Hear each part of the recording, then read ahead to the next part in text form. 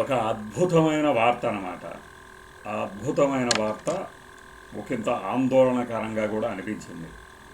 అది ఏమిటయ్యా అంటే, గోదావరి పుష్కరాలకి 5 కోట్ల మంది భక్తులు వస్తారు అని మంత్రి ఆనం రామనారాయణ రెడ్డి గారు చెప్పారు. ఎక్కడ? 2027లో జరిగే పుష్కరాలకు సంబంధించి ఏర్పాట్ల గురించి మాట్లాడుతూ, అంటే ముందస్తుగానే మనం ప్రిపేర్ అవ్వాలి కదా.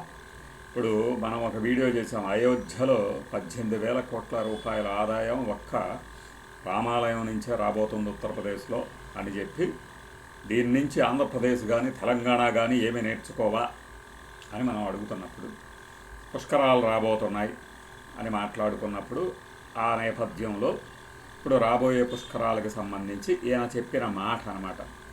5 కోట్ల మంది భక్తులు వస్తారని అంచనా. అంటే రాష్ట్ర జనాభా కన్నా కాస్త తక్కువ అనుకోవాలి మనం.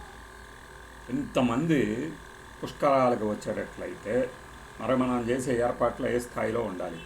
ఇప్పటి నుంచే చేయాల్సింది. 26 చివరికి వచ్చింది, అదే 25 చివరికి వచ్చింది, 26 ఇక 27లో బిగిన్ అవుతాయి అనుకుంటే ఒక దీర్ఘకాలిక ప్రణాళికతోనే వెళ్ళాలి ముందుకు. ఎలా వెళ్ళాలి? గతంలో జరిగిన తప్పిదాలు, ఘోరమైన ప్రమాదాలు చూసాం మనం. ప్రమాదం అంటున్నాం కానీ అది మ్యాన్మేడ్ డిజాస్టరే కదా, మనుషులు చేసుకున్నదే కదా. ఈ కోణంలో ఈయన చెప్పినటువంటి ఈ యొక్క 5 కోట్ల నెంబర్ అనేది చాలా పెద్దది, చాలా పెద్దది.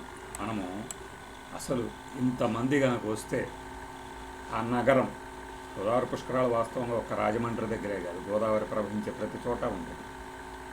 వాళ్ళని మనము ఎలా మొబిలైజ్ చేయాలి, ఎలా మార్కెటింగ్ చేయాలి ఆదాయం కోసం, ఎలా ప్రొటెక్టివ్ మెజర్స్ తీసుకోవాలి వారి సురక్షితం కోసం, ఇవన్నీ కూడా ఇప్పటి నుంచి చర్చించడం మంచిదే. కానీ ఆ ప్రణాళిక ఏంటి, ఎలా చేద్దాం అనేది దేవాదాయ శాఖతో ఆయన మంతనాలు జరిగి, ఘాట్ల దగ్గర మరమ్మతులు, పారిశుద్ధ్య పనులు, ఈ రెండేనా? ఇంకేమీ ఉండవా? ట్రాన్స్పోర్ట్, ట్రాఫిక్, నేను మామూలుగా చెప్తున్నా, యంత్రాంగంలో ఉన్న వాళ్ళకి ఇంకా ఎక్కువ తెలుసు.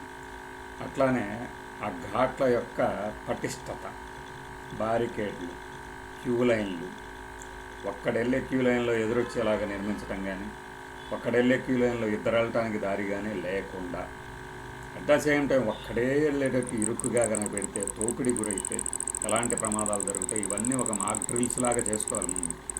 నాకు తెలిసి పుష్కర ఏర్పాట్లు కానీ మరొక ఏర్పాట్లకు కానీ ఈ మాక్ డ్రిల్స్ అనేవి చేయరేమో అని అనిపిస్తుంది. ఎందుకంటే ఈ మధ్యకాలంలో జరిగిన సంఘటనలు చూసినప్పుడు మాక్ డ్రిల్స్ చేయాలి, మన తరపున సూచన అడుగుతారుగా, అందుకని చెప్తున్నాను.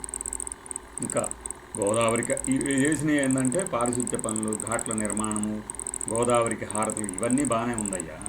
గోదావరికి హారతి ఇస్తున్నప్పుడు తొక్కిసలాట జరగకుండా, భక్తులకి ఇబ్బందులు కాదు, అసలు ప్రమాదాలు జరగకుండా ఏం చేస్తున్నారు, దీని మీద చర్చించాలి. లేకపోతే ఏమవుతుంది, మరి ఇంకాస్త ప్రమాదాలకి దగ్గరగా వెళ్తున్నట్టు ఉంటుంది. కాబట్టి చిత్తపడి కాపు ఇవన్నీ దృష్టిలో పెట్టుకొని చేయాలనేది మా భక్తులుగా ఒక విజ్ఞప్తి, కోరిక, సూచన.